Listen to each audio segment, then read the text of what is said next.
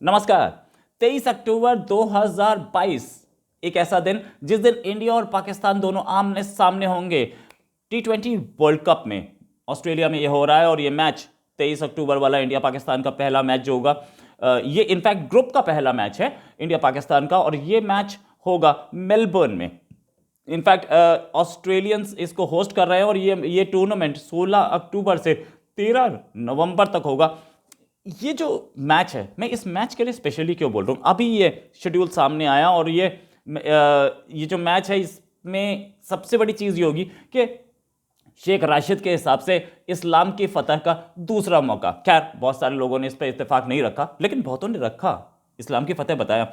इस इस्लाम की फतह की बात करूं तो इनको, शेख राशिद को बताना चाहूँगा कि भाई वर्ल्ड कप में जो नॉर्मल वर्ल्ड कप होता है 50 ओवर वाला, उसमें 7 बार इंडिया पाकिस्तान आपस में भिड़े, 7 बार इंडिया जीता है। देन T20 वर्ल्ड कप में जो दोनों कंट्रीज 6 बार भिड़े आपस में, पाकिस्तान 1 बार जीता है। चैंपियंस ट्रॉफी में 5 बार भिड़े आपस में इंडिया पाकिस्तान दोनों, और 3 बार पाकिस्तान जीता है। टोटल 18 बार दोनों आपस में भिड़ चुके हैं इन बड़े टूर्नामेंट्स में, जिसमें से 4 बार पाकिस्तान जीता है। तो इस्लाम की फतह का तो मौका ऐसे भी नहीं दिख रहा। लेकिन हाँ, जो ग्रुप 1 है वो है ऑस्ट्रेलिया, इंग्लैंड, न्यूजीलैंड और अफगानिस्तान, साथ में 2 क्वालिफायर।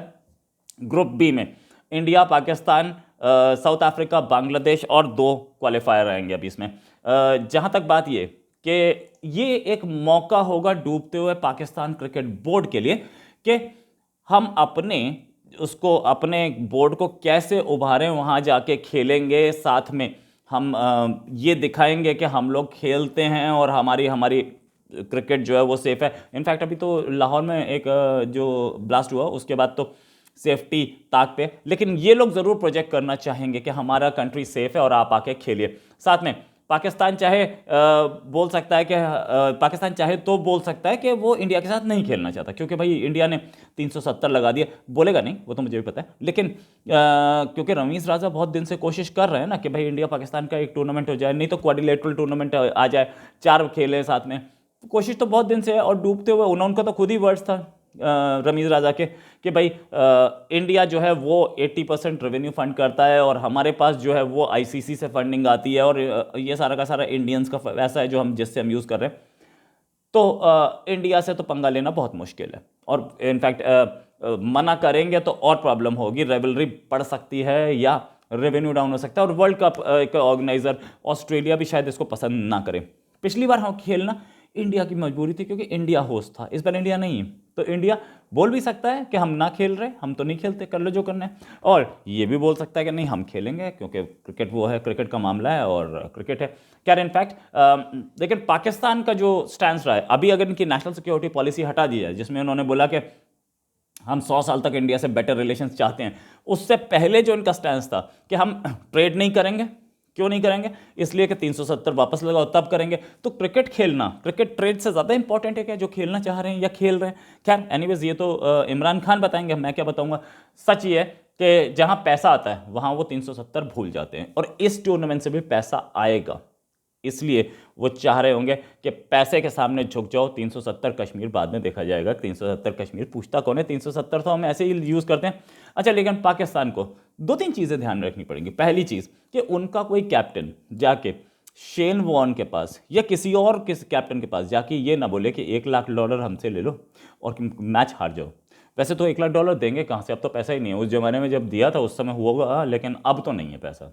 $1 लाख की जो पेशकश है शेन वॉर्न ने खुद बोली कि उन्हें दी थी, और पाकिस्तान की क्रिकेट टीम के कैप्टन ने दी थी, और ये भी बोला था कि तुम अगर हमें हरा दोगे तो हम अपने घर नहीं जाएंगे, हमारे घर जला दिए जाएंगे।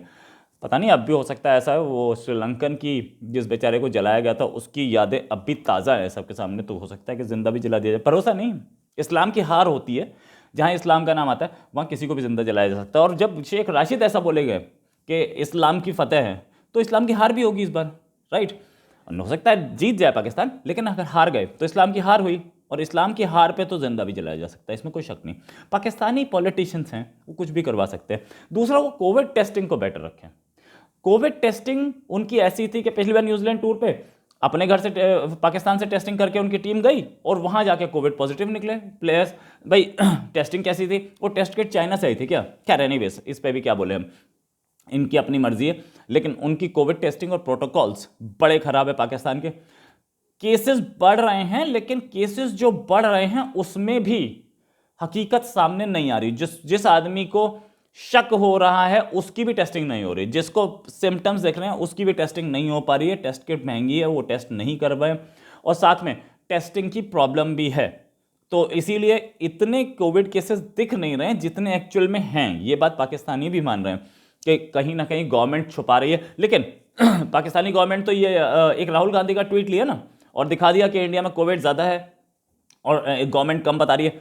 असलियत क्या है? पाकिस्तान में कितनी टेस्टिंग है? पाकिस्तान में तो और भी ज़्यादा टेस्टिंग है ना। इनफैक्ट पाकिस्तान में भी हालत यह है कि टेस्टिंग कम है, लोग जो मर रहे हैं उनको नॉन कोविड डिक्लेयर करके उनको दफना दिया जा रहा है।